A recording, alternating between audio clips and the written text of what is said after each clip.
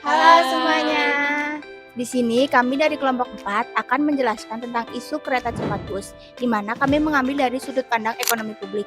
Pertama-tama, perkenalkan nama saya Hanifah Nur Afifah dengan NIM akhir 062. Dan saya Naswa Abril Lahirunisa dengan akhiran NIM 262. Saya Katarina Siena dengan NIM akhiran 050. Baik, perkenalkan nama saya Irfan Sultan Fadil dan NIM terakhir 003. Saya Muhammad Farhan Lagarutu dengan akhiran NIM 082. Juga saya Syarabul Berbera dengan NIM 048.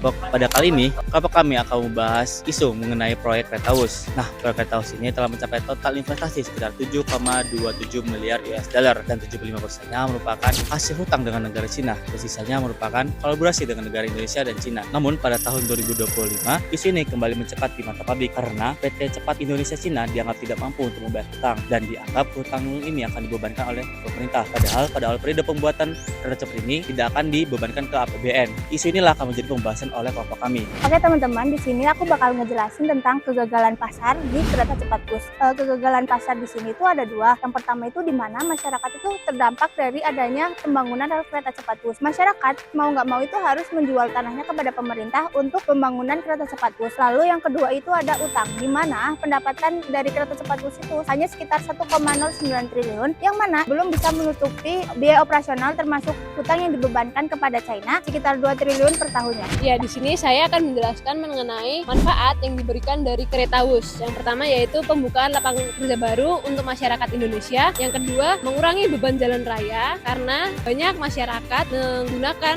Kereta Wus dan mengurangi kendaraan yang ada di jalan. Nah, yang ketiga, jarak tempuh dari Jakarta Bandung 4-5 jam sekarang hanya membutuhkan waktu 40 menit. Lalu yang keempat adalah adanya transfer teknologi. Karena ada adaptasi teknologi dari Kereta Wus meningkatkan SDM yang dimiliki Indonesia dan teknisi dari Indonesia. Proyek kereta cepat Wus nunjukin kalau public good dengan manfaat yang besar kadang butuh campur tangan pemerintah. Namun dalam pelaksanaannya, proyek yang awalnya B2B pada akhirnya malah melibatkan APBN. Ini memunculkan dua masalah utama. Yang pertama, resiko fiskal. Jika KCIC atau KAI gagal membayar utang, maka APBN lah yang harus menanggung utang tersebut. Yang kedua, kegagalan kebijakan. Karena perubahan skema pembiayaan ini menurunkan kredibilitas perencanaan fiskal dan menciptakan moral hazard. Saya akan menjelaskan mengenai tantangan dari adanya proyek kereta cepat Bus. Struktur industri sarana dan prasarana. Industri lokal belum berkembang penuh, sehingga harus impor dari luar negeri seperti rel dan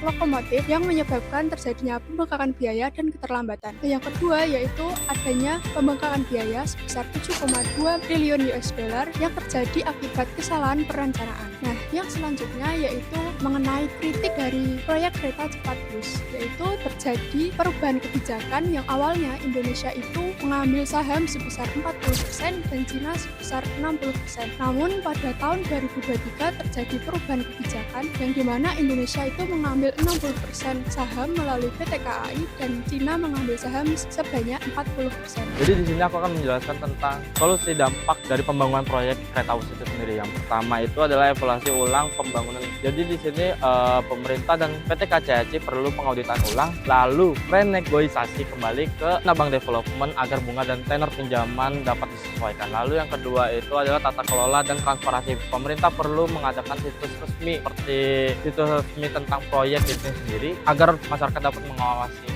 Yang ketiga adalah optimalisasi integrasi Kereta Wus itu sendiri. Jadi di sini adalah pemerintah atau PT KCIC perlu mengadakan kerjasama kepada LRT, MRT atau shuttle bus agar penetapan ulang biaya kerjasama itu sendiri lebih murah, agar masyarakat lebih banyak menggunakan transportasi umum dan menyesuaikan dengan jam operasional sesuai kesibukan masing-masing.